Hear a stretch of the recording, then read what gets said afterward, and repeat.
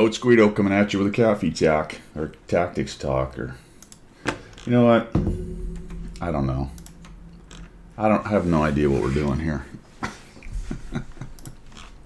Normally I just delete these terrible starts, but let's just go. It's a T-103, man. Who cares? The Mighty Soviet Premium T... What is happening today? All right, there we go. Stop. All right.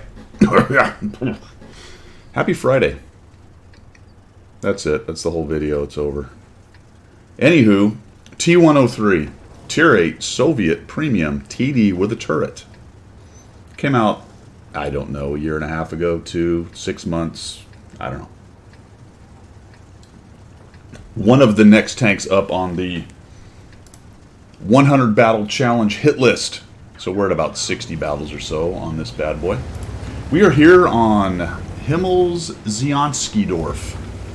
And I'm going to go a place I don't usually go. I think nearly every time I talk about this map, I talk about going down to the south and getting into the Pit of Doom down there, the Pit of Despair, the Valley of Face Smashing. But I said, you know what, folks? I have a T-103. I have a really good turret. Otherwise, not a very maneuverable tank. Let's just go somewhere else.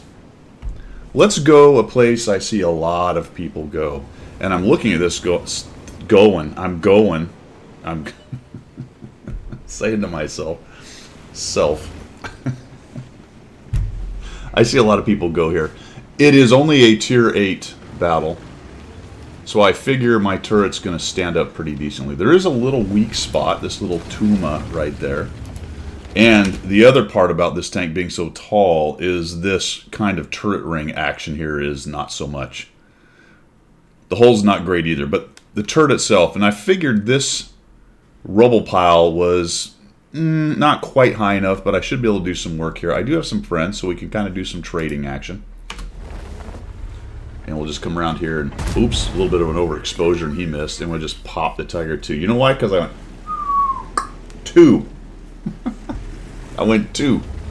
Fairly long reload. I can kind of time what's going. Oh, look at these guys. We'll just sneak one in there. I have no idea why that hit. I was rocking and rolling.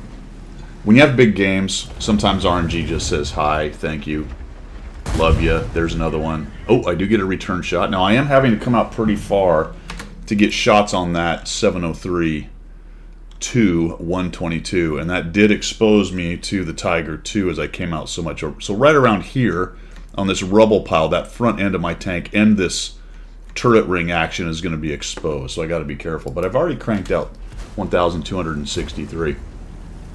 The other thing that's going to help me here in this game is, for some reason, the other team feels like they want to be aggressive. You don't see this very much. So I've gone to a place that I don't usually go that isn't very effective overall. And for it to be effective, you kind of have to have something like this happen, where I don't know why she swallowed the fly. The enemy team decided to come in here, and I'm just having a good time. I also have 2 friends who are getting shot at, and in particular the Carnarvon, who's taking hits, backing me up. What I don't have is a TD down here, so I think if they'd have eaten a few big TD shots from back here, they might not have pushed up, and maybe that was part of their calculus. They also have a pretty good force up in the north. So we've more or less won the south, as you can see down there on the mini-map. That's normally where I go. But I'm up here kind of clogging up this middle part, keeping it from being absolutely pushed into and its face kicked in. Meanwhile, the enemy team probably feels like their north push is their strong push. A lot of things have come together here to make this a pretty good game and situation for my T-103. 50 PR, so we're waiting for shots. He's still tracked. That's a really nice thing about the Carnarvon, is he will lock people down with that little fast-firing gun. And then, unfortunately, he dies to an LHMTV. I eat a shot there. I did not need to eat that shot. I was kind of poking forward and back. I should have just waited till I was reloaded. But once again, dispersion, RNG, all that good stuff is my friend, and I'm able to hit the actual little tiny top hatch. Helpful that the tank is really tall and there's a slight look down, so that's another advantage for the T-103 in terms of how tall its turret is. Both disadvantage and advantage. Once you kind of get into that close fight like that, where we're just a few 10 meters or so away from each other, then I'm able to have a slight look down on that hatch, and that helps me out. The Carnarvon loses his mind and just drives forward, and we're up to 3,200. The LHMTV is a little cheeky right there, feeling his oats a bit. I'm really kind of figuring one of these guys back here will kill him pretty quickly. I will watch him. I don't want to have another shot put into me, and we overkill the poor kid. He eats a 152 shot, and things are going nicely. We're at 3,525. This guy just, I don't know why. Once again, I just fire and it hits and pens.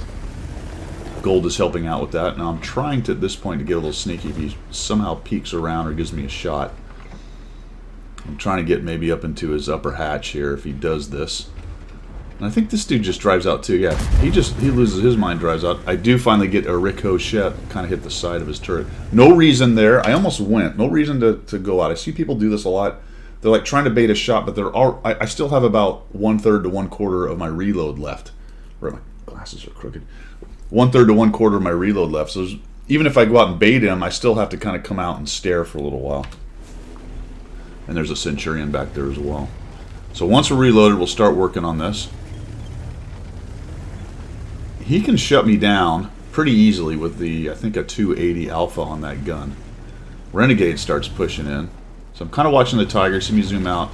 I don't want to come out here too far, but no, okay, he dies, so I don't have to worry about it. And then somebody else ends up killing the Tiger too, which is very helpful.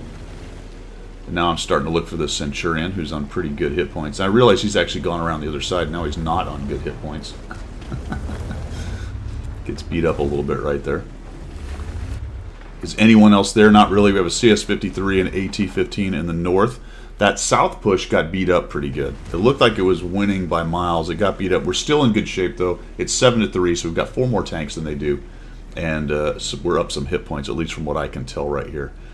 I was curious if I was actually proxy lit by the Renegade. I was not, so that's what I wanted to know. I backed up till the light came on. That means I can sort of move around here a little bit once I go dark, and somebody maybe won't be just aiming down this middle part and thump me. Because what I want to do is I want to work my way out to get the guys in the north, but the Centurions come back, so that's very helpful. So he just keeps coming, and we'll just punch a hole right in him. Look, man, you know, they fed me, didn't they? How many tanks just sort of YOLO'd in at me? They're starting to lose, so I think he decided he just wanted to try to, I don't know if he wanted to go back to garage and die, or if he wanted to try to get a hit point, or he didn't care, or whatever. Though a lot of times when you have these big games like this, currently at 4,340, it's a combination of all that, right? You go to the right place at the moment for the game. Not really the greatest place to go, I think, on this map, but it worked out based on what the enemy did and what my team did. 4,769.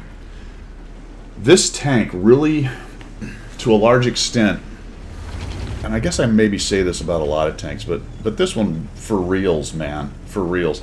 It is one of those tanks. Here, I'm going to say something stupid. When it works, it works. The gun is pretty accurate, but it really does troll me on occasion. I can have really terrible games in terms of hitting stuff with this. And then you have games like this. That was a lot of close-in shooting. So it does mitigate dispersion issues being close. That's one of the reasons why you take your derpy, bad dispersion guns and you get as close as you can. But even here at more like mid-range, and I'm not even fully zoomed, it just... Dispersion said, okay, fine.